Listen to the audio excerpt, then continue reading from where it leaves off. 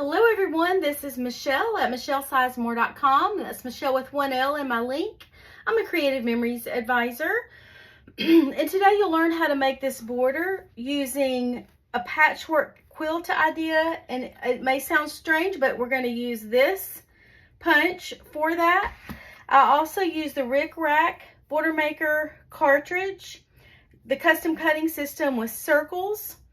And I used the Croptoberfest 24 collection for the papers, and these stickers came with the Autumn Cottage collection. Sorry, our collection last year was called Autumn Harvest, and I wanted to say that. Okay, I'm going to set this aside, and we're going to start with this part.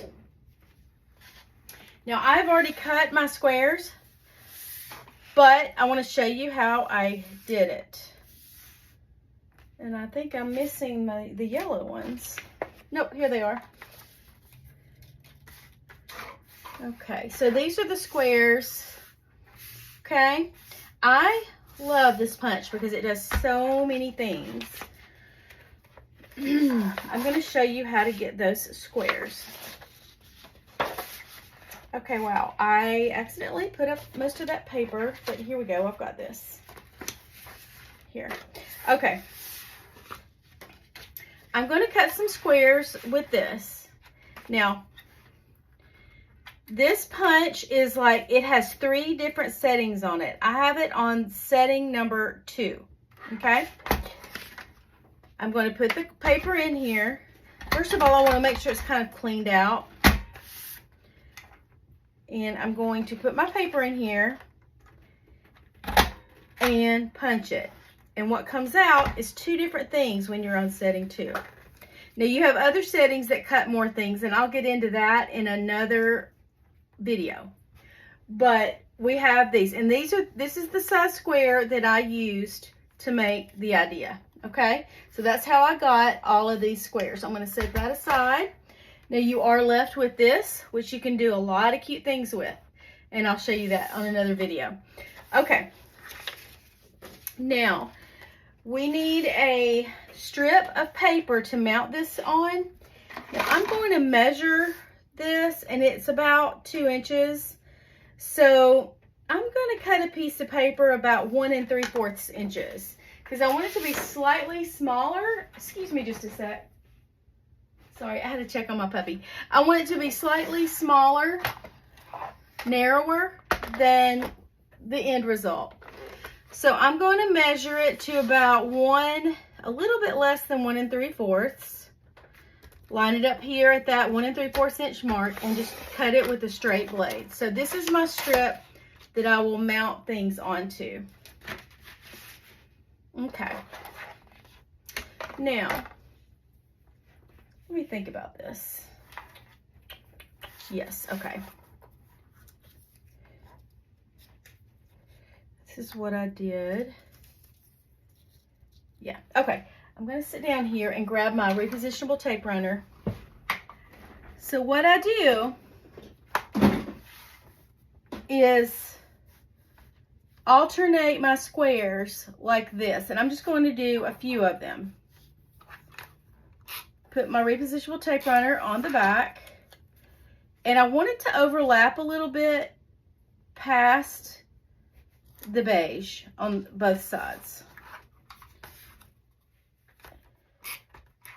Now this one actually is a directional pattern, so I'm going to try to do it right side up, but honestly these are so small I think you can barely even notice that, but I just want to. Now I'm going to put the yellow one here. Okay. And it's okay to overlap them just a little bit so you don't see that cardstock from the bottom coming through. And the idea is to alternate your colors so you get the look of a patchwork quilt. And I like these things, I kind of like to put going in different directions so they don't all look the same as each other. And I'll just mount just a few more. Let's do this here and this here. And I think you get the idea now. And then I would do this all the way down and finish out the whole strip so that it would end up being 12 inches long. Okay, so that's how I got that. Now we're going to do this part. I'm going to grab my custom cutting system with circles. These are the circles. Those are the templates. These are the guide. This is the guide, and this is the mat. And then I have 3 blades that go with it. Okay, it's a set.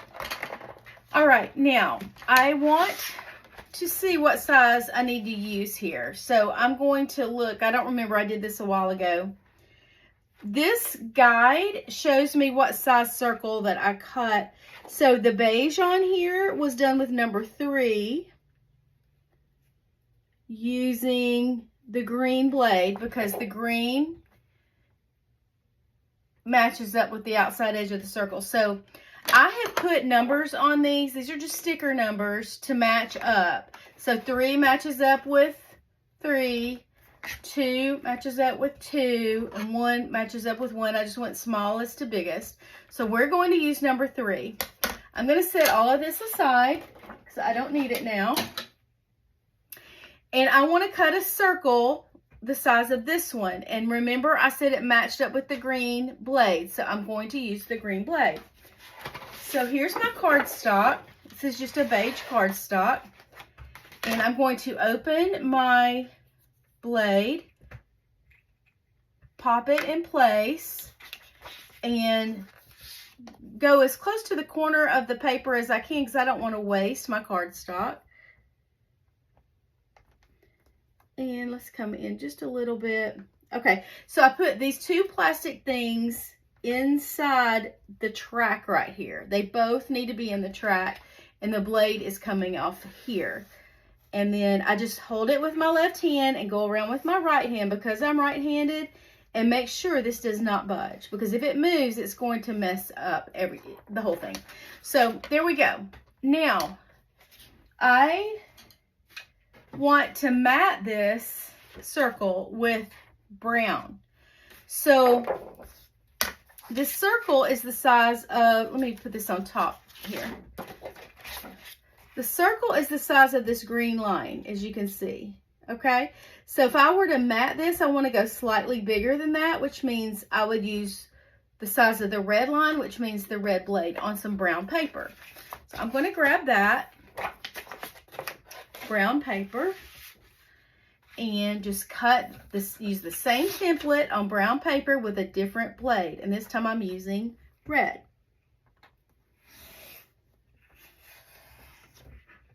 And I went a little too close to the edge, so learn from my mistakes, so it made it not right. So it's flat on one side. So we're going to start over, not go so close to the edge.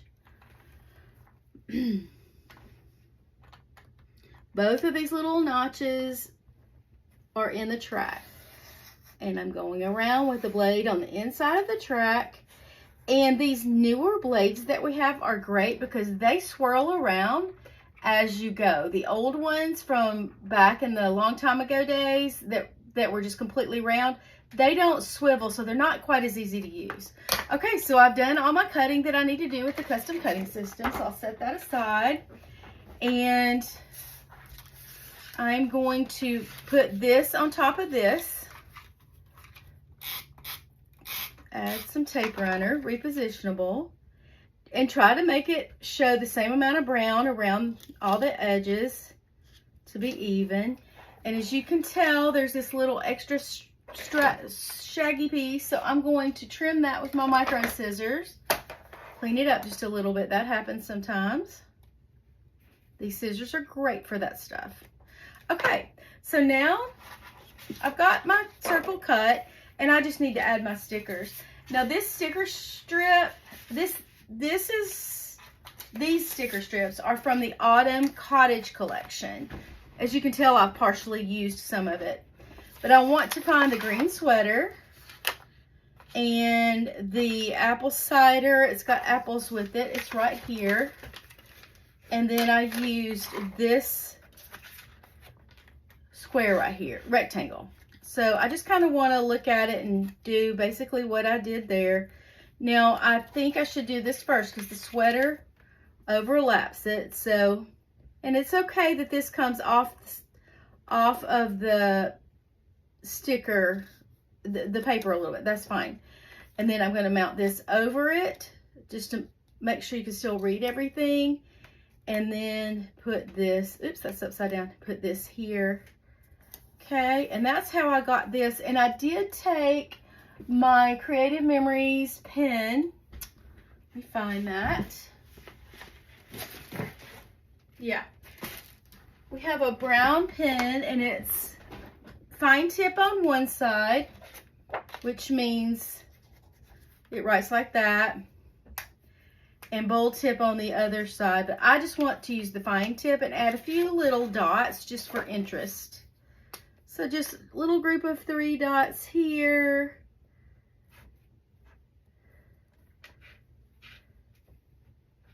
There we go. I just think that's kind of makes it a little bit more interesting. All right, so that's how I got this. And then how I got this rickrack, we'll do next. I'm just going to grab a piece of brown cardstock and the Border Maker system.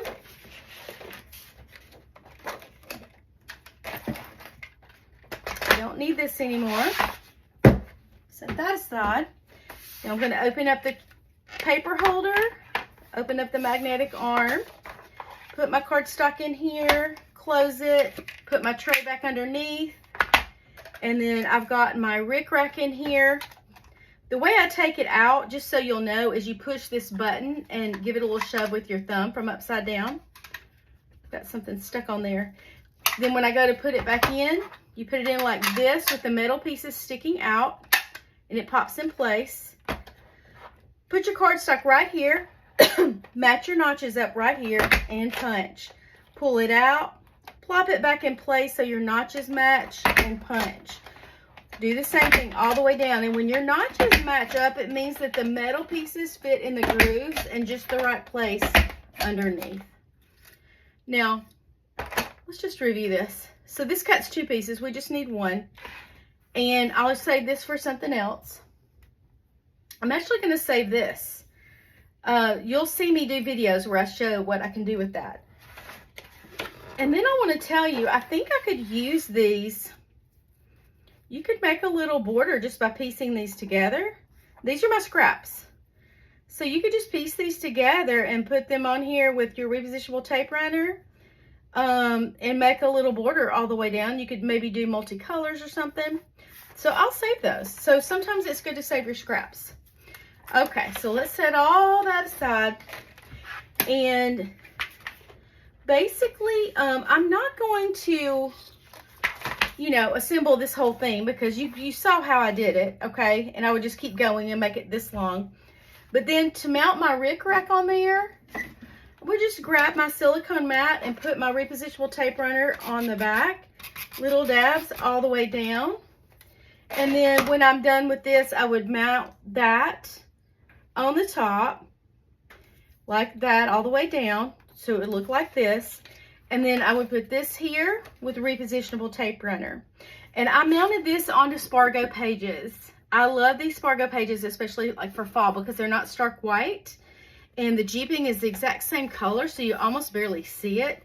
I think these are wonderful, and I think this is enough decoration on your page where you could just literally add your photos. You could mat your photos like in orange, yellow, and brown, or one color of all that, or mix and match, whatever you like. I don't even think you need a title up here because you've got this down here. So I would just add my photos and then maybe a little area to journal. Thanks for watching my video, and I hope you have a great day today.